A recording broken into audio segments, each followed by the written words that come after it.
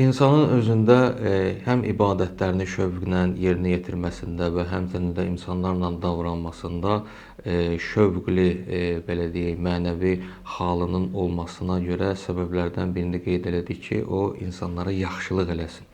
Və bundan da əlavə bəzi hallarda görürsən ki, bu yaxşılıq özü də insanın mənəvi durumunun düzəlməsinə təsir eləmir. O halda bir yolda göstərilir ki, insan bəzi şeyləri düşünməklə özündə olan yerinə yetirdiyi bəzi xətaları, səhvləri aradan qaldırmağa stimul tapar və ondan da sonra ikinci mərhələdə yaxşılıq eləməyə bacarıb özündə mənəvi durumu düzəldə bilər. Düşünəsi olan məsələ nədir?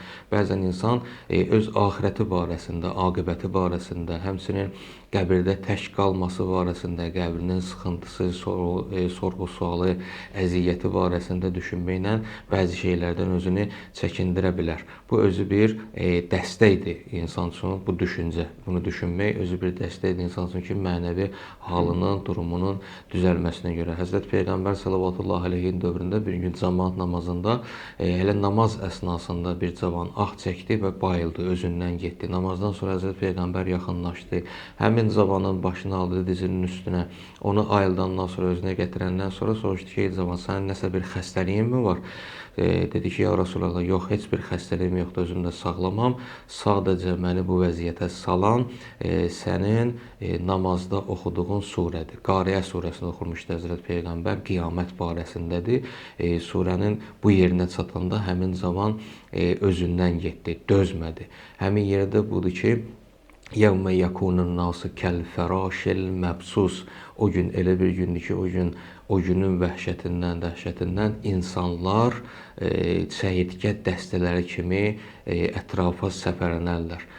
Bu ayənin bu yerində qısa bir izahı onda deyərdik ki, bütün qanadlı olan uçanlar demək olar ki, cəm şəkildə olanda onlar əgər qalxarlarsa, uçarlarsa bir yerdən bir koordinat üzrə uçarlar. Amma yeganə çəyirtkədir ki, o heç vaxt bir koordinat üzrə uçmur.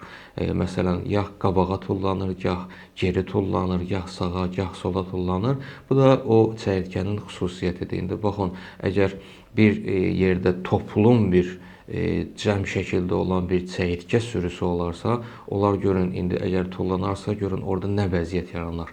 Bu da qiyamət günü Allah Taala'nın bənzətməsidir ki, insanlar da qiyamətin, axirətin qorxusundan belə bir dəhşətə, vəhşətə, vahiməyə düçar olub, çəyirtkə sürüsü kimi qorxudan bu vəziyyətə qalarlar. Bu ayəni eşidəndə deyir, mən özümdən getdim, dözə bilmədim. O barədə düşünmüşdü. Həmin vaxt Həzrət Peyğəmbər buyurdu ki, bu cavan hal-hazırda behişt əhlidir. Sahabilər soruşdu ki, ya Rasulullah, biz məgər behişt əhli deyilik?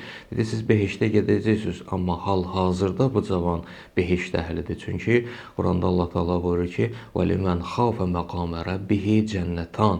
Kim əgər öz Rəbbinin məqamından qorxarsa, xofu olarsa, onun üçün iki behişt var. Yəni bir dünyasını dəyişəndən sonra gedəcəyi behişt və hal-hazırda o behiştin əhlidir. İnsan bəzən düşüncələrinə o qədər inanır ki, iman gətirir ki, hətta düşündüyü şeyləri hiss də eləyir belə.